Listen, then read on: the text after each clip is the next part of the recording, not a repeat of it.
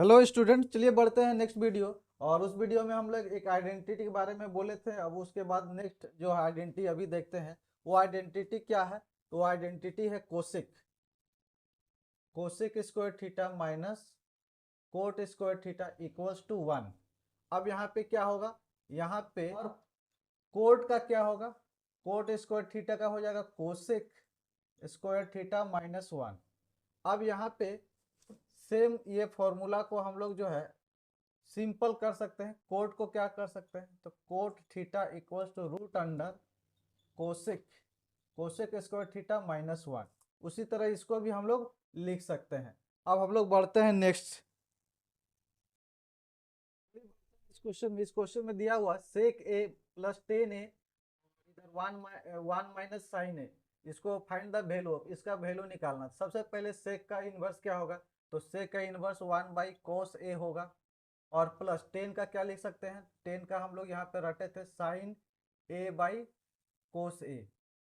अब यहाँ पे इसको कुछ नहीं करना है, इसको जस्ट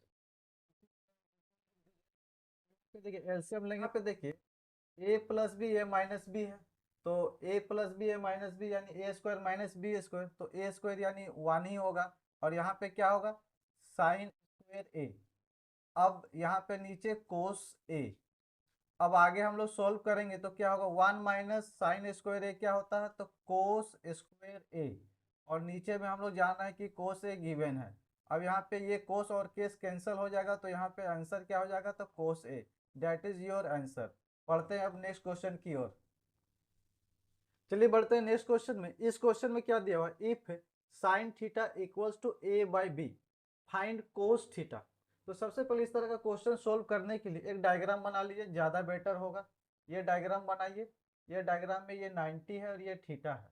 अब हम लोग देखिए साइन ए बाई बी, एक हमने कोड पिछले वीडियो में बताया था। अगर आपको याद नहीं है तो पिछले वीडियो एक बार देखिए, वहाँ पे पता चल जाएगा कोड क्या था। तो कोड था P H P H P B. तो पी एच, तो पी एच साइन का होता है। साइन का मतलब परपेंडिकुलर बाय हाइपोटेन्यूज, इस परपेंडिकुलर ए होगा। इसका मतलब ये परपेंडिकुलर है तो इसको ए हम लोग लिखे।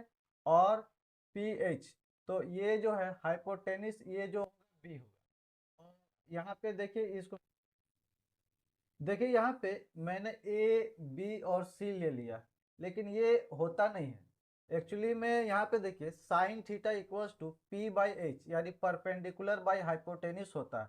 तो साइन थीटा इक्वल्स टू, यहाँ पे गिवन है क्वेश्चन में ए बाई बी, इसका मतलब ये हुआ कि पी एच। और जो गिवन में क्वेश्चन ए बाई, इसका मतलब पी बराबर ए नहीं होता है, एच बराबर डायरेक्ट बी नहीं होता। डायरेक्ट आप नहीं लिख सकते कि पी का मान ए है और एच का मान बी है। यानी p का मान a इंटू एक कॉन्स्टेंट वैल्यू, उसको हम लोग k के रूप में लिखते हैं। उसी तरह h का कॉन्स्टेंट वैल्यू k के रूप में लिखते हैं। लेकिन चूंकि ये लास्ट में क्या होता है, कैंसिल हो जाता है, इसलिए हम लोग डायरेक्टली ये k ना लिख के हम लोग डायरेक्टली a b c लिखते हैं। तो अभी देखें कि डायरेक्टली हम लोग लिखे, लेकिन ऐसा लिखते नहीं है, लेकिन हम लोग क्या करें, लिख दे रहे हैं, लेकिन ये होता नहीं है, मैंने अभी बताया। अब यहाँ पे देखिए सी को फाइंड आउट करना है, क्योंकि हमको चाहिए कोस थीटा।